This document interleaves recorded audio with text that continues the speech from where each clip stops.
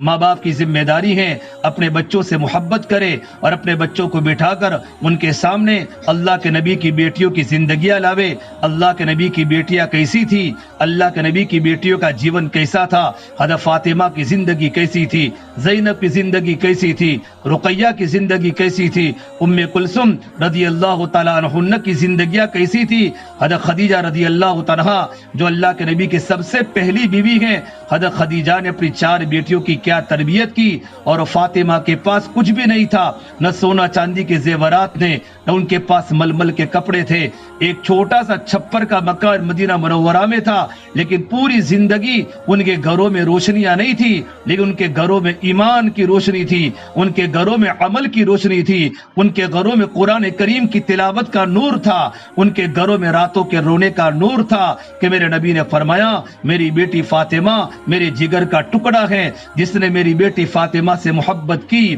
اس نے مجھ سے محبت کی، جس نے مجھ سے محبت کی وہ میرے ساتھ جنت میں داخل ہوگا۔ اور میرے نبی نے فرمایا میری بیٹی فاطمہ تو جنت کی عورتوں کی سردار ہے۔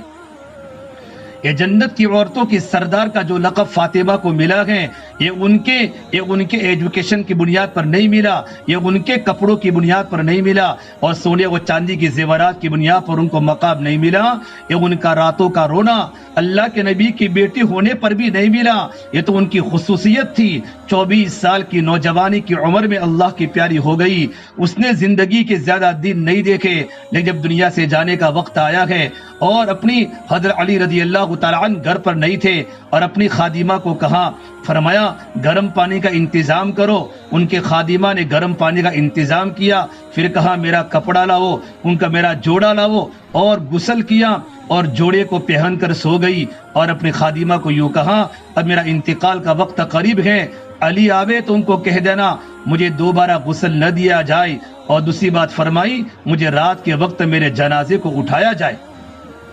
ان تدفن لیلاً، رات کے وقت میرے جنازے کو اٹھایا جائے، تاکہ دنیا کے انسان کو پتہ نہ چلے کہ فاطمہ کا قد بڑا تھا یا فاطمہ کا قد چھوٹا تھا، یا فاطمہ بدن میں موٹی تھی یا فاطمہ بدن میں پتلی تھی۔ اللہ کی قسم 24 سال کی عمر میں حضرت فاطمہ فرماتی ہے میرے جسم کو کسی نے نہیں دیکھا، میں کبھی گھر سے باہر نہیں نکلی، یہ اللہ کے نبی کی بیٹی فاطمہ تھی، یوں کر کے غسل کر کے سو گئی، تھوڑی دیر کے بعد اللہ کی پیاری ہو گئی۔ حضرت علی رضی اللہ تعالیٰ عنہ گھر پر آئے، گھر پر آنے کے بعد دیکھا فاطمہ بستر پر سوئی ہوئی ہے، اللہ کی پیاری ہو چکی ہے۔ حضرت علی کے آنکھوں میں آنسو آئے، خادمہ نے کہا اے علی فاطمہ نے یہ وصیتیں کی ہیں مجھے رات کے وقت دفنایا جائے، مجھے غسل نہ دیا جائے، میرا غسل ہو چکا ہے، میں غسل کر کے فارغ ہو چکے ہوں۔ علی نے فرمایا ویسا ہی ہوگا جیسا فاطمہ نے کہا ہے، ویسا ہی ہوگا جیسے فاطمہ نے کہا ہے۔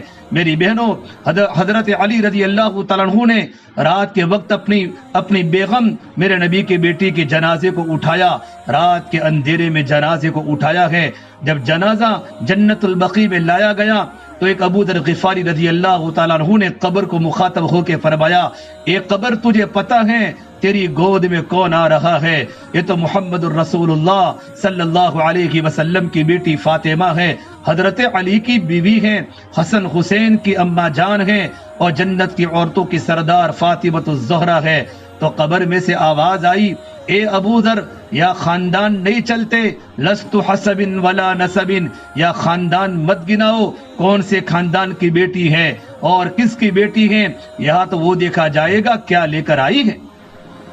یہاں تو وہ دیکھا جائے گا کیا لے کر آئی ہے۔ علماء فرماتے ہیں یہ قبر کا خطاب یہ اللہ کے نبی کی بیٹی فاطمہ کو نہیں تھا، یہ دنیا کی عورتوں کو بتانا تھا کہ قبر میں خاندان نہیں چلتے، قبر میں مالداری نہیں چلتی، قبر میں سونا و چاندی کے زیورات نہیں چلتے، قبر میں تو یہ دیکھا جائے گا کیا لے کر آئی ہے، زندگی کیسے گزاری، جوانی کیسے گزاری، اللہ کی عبادت میں گزاری یا اپنی منمانی میں گزاری یا خواہشات میں گزاری، قبر میں تو یہ دیکھا جائے گا میری بندی تو کیا کما کر آئی ہے، تو نے دنیا میں اپنی زندگی کو کیسے قیمتی بنایا، اپنی جوانی کو تو نے کیسے قیمتی بنایا، اپنی زندگی کے اوقات کو تو نے اللہ کی یاد میں گزارا یا دنیا کی محبت میں گزارا، رب مانی میں گزارا یا من مانی میں گزارا، یہ تو قبر میں ان چیزوں کا سوال ہوگا۔